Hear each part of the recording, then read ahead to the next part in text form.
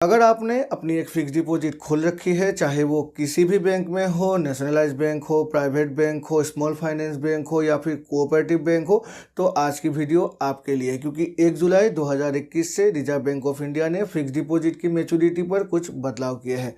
आज की वीडियो में मैं इन्हीं बदलाव के बारे में आपसे बातें करने वाला हूँ और साथ में आपको ये भी बताऊँगा कैसे हम इस बदलाव से बच सकते हैं। नमस्कार दोस्तों, मेरा नाम है विराज और आपका स्वागत है मेरे चैनल विराज की बातें में। तो चलिए आज की वीडियो को फटाफट शुरू करते हैं।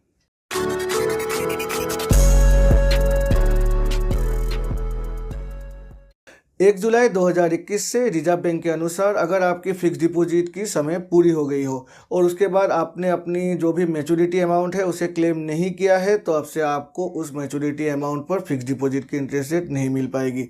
फिक्स डिपॉजिट या फिर सेविंग अकाउंट, इनमें से जिसकी भी इंटरेस्ट रेट कम होगी वही इंटरेस्ट रेट आपको मिल पाएगी। चलिए मैं आपको इजीली इसको एक एग्जाम्पल देके समझा देता हूँ। पकड़ लीजिए, मैंने अपनी एक फिक्स डिपॉजिट 1 लाख रुपए की खोल रखी है, चाहे वो किसी भी बैंक में खोल रखी है और 1 सालों के लिए खोल रखी है। 1 साल पूरे हो गए हैं और उसके पकड़ लीजिए मुझे इंटरेस्ट रेट मिल रही है 6%।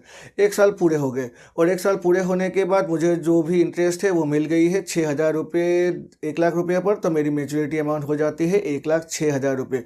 अब मेरी 1 साल पूरे होने के बाद मैंने अपनी जो प्रिंसिपल प्लस इंटरेस्ट अमाउंट जो मेरी मैच्योरिटी वैल्यू है उसे क्लेम नहीं किया है। तो पहले क्या होता था, कुछ बैंकों में इसे ऑटो रिन्यू कर दिया जाता है, ऑटोमेटिकली रिन्यू कर दिया जाता था और उसके बाद जो भी 1 सालों की अगले 1 सालों की जो भी इंटरेस्ट रेट होती थी फिक्स डिपॉजिट की, वही इंटरेस्ट रेट ऑटोमेटिकली लग जाती थी मेरी जो भी मैच्योरिटी अमाउंट है फिक्स डिपॉजिट की उस पर। लेकिन 1 जुलाई 2021 से ऐसा नहीं होने वाला है। रिजर्व बैंक ऑफ इंडिया ने इस नियम को पूरी तरह से ही बदल दिया है। अब से अगर मेरी फिक्स डिपॉजिट की मैच्योरिटी हो जाती है और उसके बाद मैं अपने पैसों को क्लेम नहीं करता हूँ तो मुझे फिक्स डिपॉजिट की इंटरेस्ट रेट ऑटोमेटिकली नहीं मिलेगी। अब से फिक्स डिपॉजिट या फिर सेविंग अकाउंट, इसमें से जो भी जिसकी भी इंटरेस्ट रेट कम होगी वही इंटरेस्ट रेट मुझे मिल पाएगी।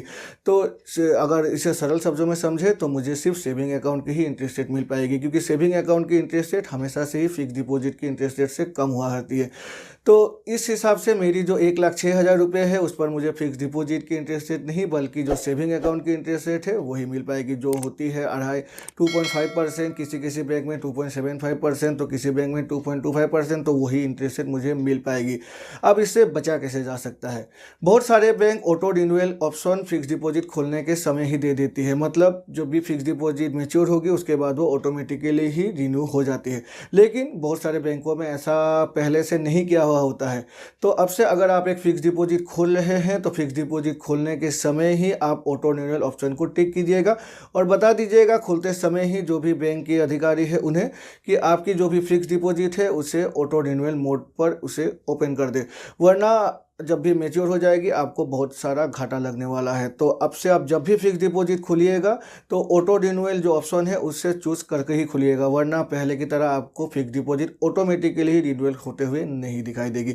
तो ये बदलाव हुए हैं 1 जुलाई 2021 से रिजर्व बैंक ऑफ इंडिया के द्वारा।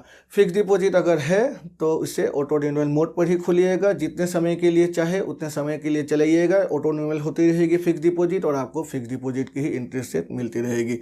आशा है इस वीडियो को देखकर आपको कुछ नया इन्फॉर्मेशन मिला होगा और अगर मिला है तो मेरे चैनल को लाइक और सब्सक्राइब कीजिएगा, सब्सक्राइब करके बेल आइकन को प्रेस कीजिएगा, जिससे कि मेरे ऐसे नए वीडियोस की नोटिफिकेशन तुरंत आपके पास मिल जाया करेगी।